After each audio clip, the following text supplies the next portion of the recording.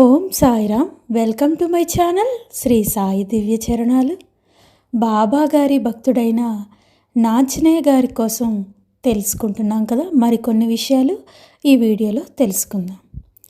నాంచనయ్యకి పుట్టిన పిల్లలు త్వరగా చనిపోయేవారు. అందుకోసమని ఒకసారి నాంచనయ్య అతని భార్య ఇద్దరూ కలిసి 1915వ సంవత్సరంలో షిరిడీకి వెళ్ళి బాబాగారి అనుగ్రహం కోసం ప్రార్థించాలని అనుకుంటారు. అదేవిధంగా షిరిడీకి వెళ్తారు. అక్కడ ఆమె మాధవరావు దేశపాండే శ్యామ సహాయం తీసుకుంది.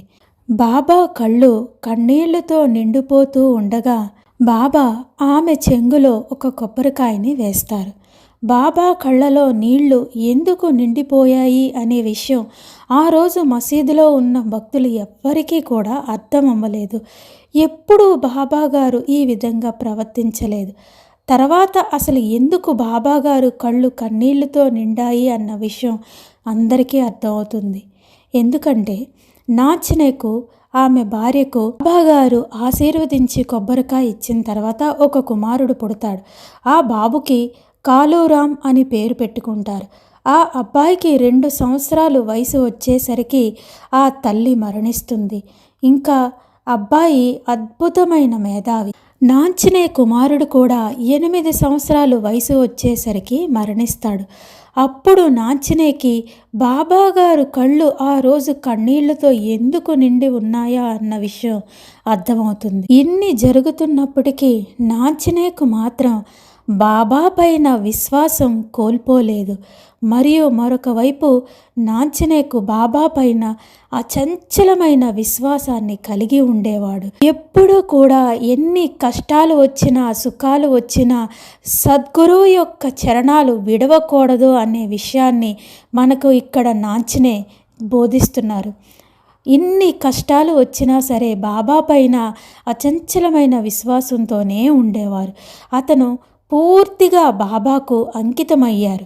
నాంచనయ్యకు బాబా దయ ఉంది. మరియు చిన్న విషయాల్లో కూడా బాబా అతనికి సహాయం చేసేవారని అతని నమ్మకం. 1915వ సంవత్సరంలో బాబా గారి దర్శనానికి వెళ్ళినప్పుడు బాబా నాంచనయ్యను ఆలింగనం చేసుకొని ఇలా చెప్తారు, నేను ఎప్పుడూ నిన్ను రక్షిస్తూనే ఉంటాను, నువ్వు ఎప్పుడు ఏ విషయంలో భయపడకు అని చెప్పారు. అతనికి బాబా యొక్క పూర్తి రక్షణ దొరికింది. బాబా గారు మహాసమాధి అయిన తర్వాత కూడా బాబా అతనికి అనేక విధాలుగా సహాయం చేస్తూనే ఉన్నారు. బాబా మహాసమాధి తర్వాత అతనికి అద్భుతాలు, బాబా గారు చేసిన ఎన్నో అద్భుతాల గురించి చాలా అనుభవాలు ఉన్నాయి. తర్వాత నాంచనయ్య 3 వివాహాలు చేసుకున్నారు. ఒకరి తర్వాత ఒకరు మరియు చాలామంది పిల్లలను పొందారు. మరియు పెద్ద కుటుంబాన్ని కలిగి ఉన్నారు నాంచనయ్య. బాబా అతనికి అనేక విధాలుగా సహాయం చేస్తున్నారని అతని స్నేహితులకు చాలామంది భక్తులకు తెలుసు. బాబా యొక్క అతీంద్రమైన శక్తులు మరియు అద్భుతాలను గురించి ప్రచారం చేయడంలో మరియు భక్తులకు సహాయం చేయడంలో, బాబా గారి దయ గురించి ప్రచారం చేయడంలో కూడా నాంచనయ్య చాలా ప్రయత్నాలను చేశారు. 1923వ సంవత్సరంలో సాయి లీలా మ్యాగజైన్లో ఒక కథనం ద్వారా 1912వ సంవత్సరం నుంచి వారికి ఏ అనుభవాలు జరిగాయి అనే విషయాన్ని అందులో ప్రచురితం చేశారు. తర్వాత 1936వ సంవత్సరంలో బివి నరసింహస్వామీజీ గారు నాంచనయ్యను ఇంటర్వ్యూ చేశారు. ఆ సమయంలో నాంచనయ్య తాలూక్దార్ కార్యాలయంలో హెడ్ కాంట్రాక్టర్గా పనిచేస్తూ ఉన్నారు. ఈ ఇంటర్వ్యూలో బాబాతో తనకు ఉన్న అనుభవాల గురించి ఎన్నో వివరాలన్నీ కూడా వెలుగులోకి వచ్చాయి.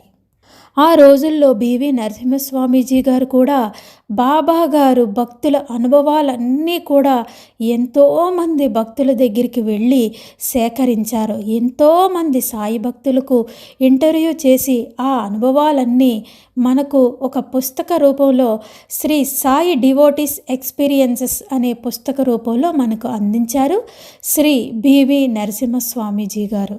నాంచనయ్య అనేక మంది తన స్నేహితులకు మరియు తన బంధువులకు వారి తరఫున బాబాను ప్రార్థిస్తూ వారి కష్టాలను తీర్చిన సందర్భాలు ఎన్నో ఉన్నాయి. ఇతరులకు సహాయం చేసేవారు నాంచనే. 1926 సంవత్సరంలో దీపావళి సమయంలో నాంచనే బిడ్డ 9 నెలలు వయసు గల సాయి హరినాథ్ అనే బాబు మేడపైన పిల్లలతో ఆడుతూ ఉండగా అకస్మాత్తుగా వెలుగుతున్న క్రాకర్ అతనిపై పడింది. అప్పుడు ఒక ఫకీరు కనిపించి అరచి గ్రౌండ్ ఫ్లోర్లో ఉన్న తన తల్లికి ఒక స్త్రీకి చెప్పి పైకి వెళ్ళి అక్కడ ఏమి జరుగుతుందో చూడమని గట్టిగా అరుస్తాడు.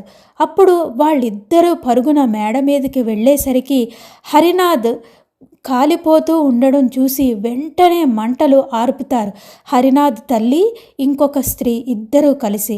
ఆ పిల్లలు వేసుకున్న బట్టలు కాలిపోయినప్పటికీ పిల్లల శరీరానికి ఏమీ జరగలేదు.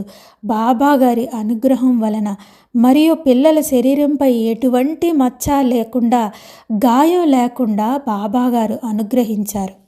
ఈ విషయం తెలుసుకున్న నాంచనే తన సద్గురువైన సాయినాథుడే తన బిడ్డలను రక్షించి కాపాడారని ఎంతో కృతజ్ఞత తెలుపుకుంటారు బాబాకు. మళ్ళీ మరొకసారి 1927 సంవత్సరంలో సాయి హరినాథ్కు 2 ఏళ్ల వయసులో ఒక సంఘటన జరిగింది. చాలా చురుకుగా ఉండేవాడు. ఒకసారి మేడ మీద ఆడుకుంటూ ఉంటాడు. డాబాకి ఒక చివర విరిగిన గోడ ఉంది. ఆడుకుంటూ ఉండగా చిన్నారి సాయి అంచున విరిగిన గోడను గమనించకుండా డాబా చివరికి పరిగెత్తి క్రింద ఉన్న చెత్తా చెదారంపై పడతాడు. పైనుంచి 4 అంతస్తుల పైనుంచి చెత్తా చెదారం నిండి ఉన్న ప్రదేశంలో పడిపోతాడు.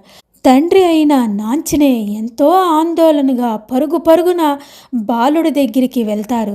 కానీ అక్కడికి ఆ ప్రదేశం దగ్గరికి వెళ్ళేసరికి బాలుడు అయిన సాయి నిలబడి నవ్వుతూ ఉన్నాడు. తను పడిపోతున్నప్పుడు బాబా తన చేతుల్లోకి స్వీకరించి రక్షించారని కూడా ఆ చిన్నారి అయిన సాయి హరినాథ్ తన తండ్రి అయిన నాంచనేకు చెప్తారు. ఈ విధంగా ఎన్నో అనుభవాలు పోగు చేసుకున్నారు శాంతారాం బల్వంత్ నాంచనే. అందుకే ఎప్పుడైనా మన జీవితంలో ఏదైనా కూడా సద్గురువు యొక్క కృప మన మీద ఉంది అని మనం బలంగా నమ్మినప్పుడు మన సద్గురువైన సాయినాథుడు అనుక్షణం మన కుటుంబాన్ని రక్షించి కాపాడుతూనే ఉంటారు.